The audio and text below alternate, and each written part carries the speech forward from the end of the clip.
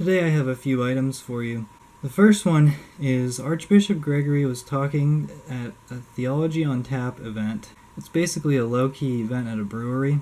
There was a question and answer session with the Archbishop, and he gave some really interesting answers and said some interesting things. So someone asked a question about Monsignor Walter Rossi. He served at the National Basilica for more than 20 years in the Archdiocese of Washington.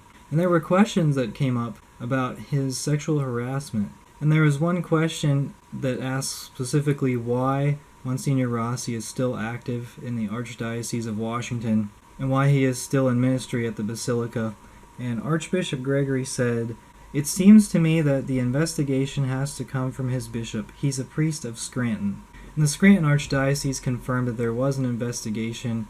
I don't know if it was specifically started because of this question, but the fact that there's concerns about his character and Archbishop Gregory is basically deferring to a different diocese, it's ridiculous. Because if there's concerns about someone's character, yeah, he can do something. Archbishop Gregory can do something. He can remove him from ministry. Maybe there is bureaucracy involved in regards to the investigation of priests, but still, Archbishop Gregory could remove him from the Archdiocese of Washington. He could just do that right away because he's the Archbishop. He has control of his diocese. He's able to determine the procedures and what priests are placed where, and he can place priests on administrative leave. What we are asking from the church leaders is transparency and accountability, and based on Archbishop Gregory's reaction to these questions, there's no accountability, and based on the fact that the McCarrick files have not been released from the Archdiocese of Washington, there's no transparency either.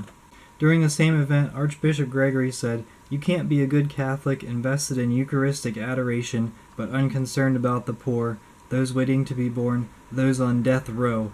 You've got to buy the whole lot." I will also note that Archbishop Gregory served for over 10 years under Cardinal Bernardine, so if this sounded like the seamless garment theory to you, then that's probably the reason why. But based on the context, he is equating Eucharistic adoration with helping the poor and lobbying against the death penalty. I think we need clarity in doctrine from our leaders, and this is not clarity.